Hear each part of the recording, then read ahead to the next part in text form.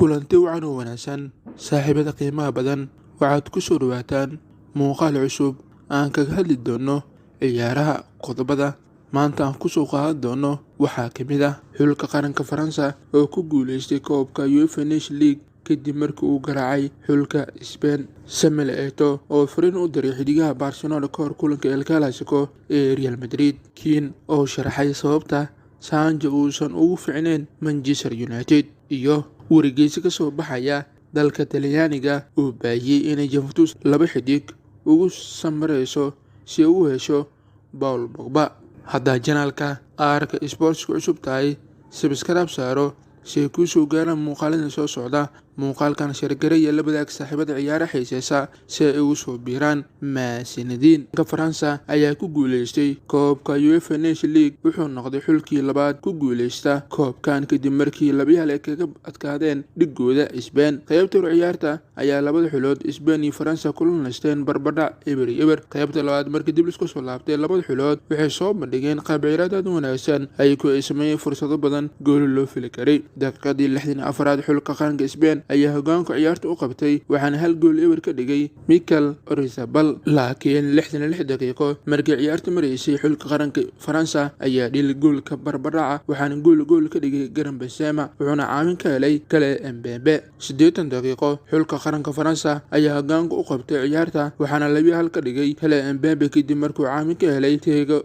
Hernandez. Ugu dambeyntii ciyaarta ayaa ku soo dhamaatay 2-1 oo u adkaaday xulka qaranka Faransa dhigiisa Spain kadib markii kulan xiiso badan ee ku wada ciyaareen garoonka San Siro magaalada Milan, taasoo ka dhigtay in wiilasha uu hogaamiyo tababare Deschamps ay noqdeen xulkii labaad ee ku guuleystay tartanka UEFA Nations League kadib markii Portugal markii ugu horeysay oo ku guuleystay. Xilligii Barcelona, Samuel Eto'o ayaa xaqiijiyay kooxda Real Catalonia inay wax ka bedeli karto hanaanka horyaalka Spain haddii ay ku guuleysato inay ka adkaato Real Madrid kulanka El Clasico.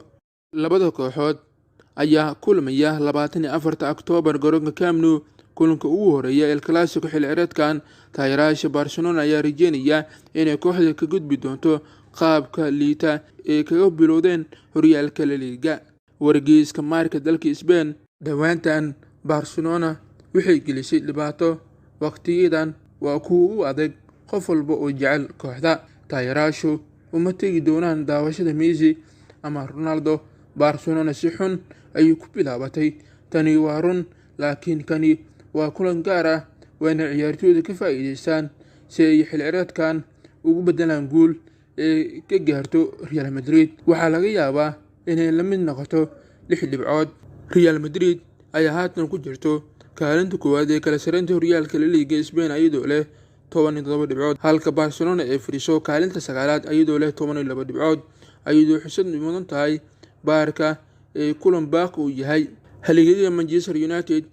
Keane ayaa sharaxay sababta Sancho uusan ilaa haatan ugu fiicnayn kooxda Manchester United. 22 jirkan ayaa ku soo biiray Liverpool xagaagii la soo dhaafay adduun lacageed 85 milyan isagoo kaga soo biiray Borussia Dortmund wuxuuna qalinka ku duugay 6 sano.